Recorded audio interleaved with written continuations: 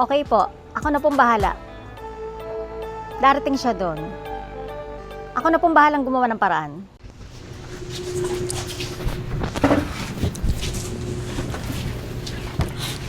Oh, Party, JC, dito muna kayong dalawa ha. Iiwan ko muna kayo kasi may pupuntahan lang kami ni Yaya Lisa mo.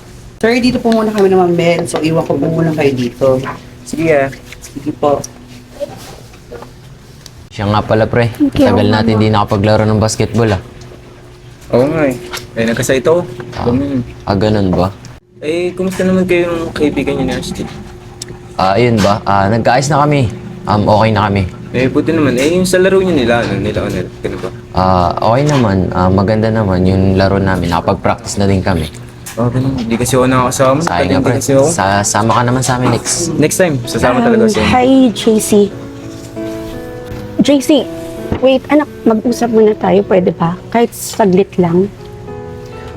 Oy pre, baka pwede naman mag-usap lang kami. Ganun ba, pre? May problema ba? Mag-usap lang kami sandali. Sige, pre. Lilipat na lang muna ang table. Anak, musta ka na? Ang laki-laki mo na, ang gwapo mo pa. Anak, tatawarin mo akong iniwan kita at hindi ako nagpaalam. Sana mapatawad mo pa rin ako. Anong ginagawa mo dito?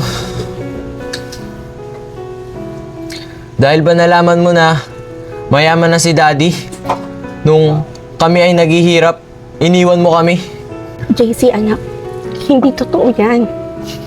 Gustong-gusto kitang makasama pero wala akong kakayanan eh. Nung mga panahon noon. Gusto ko lang naman makabawi sa'yo ngayon, anak eh. Yun lang yung mahalaga.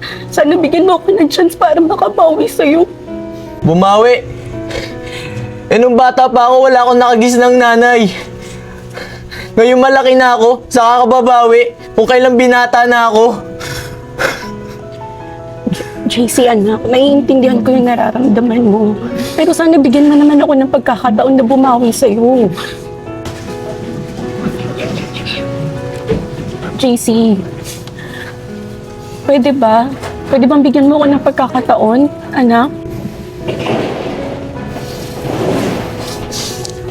JC, Pugi-pugi pala sa person, ha?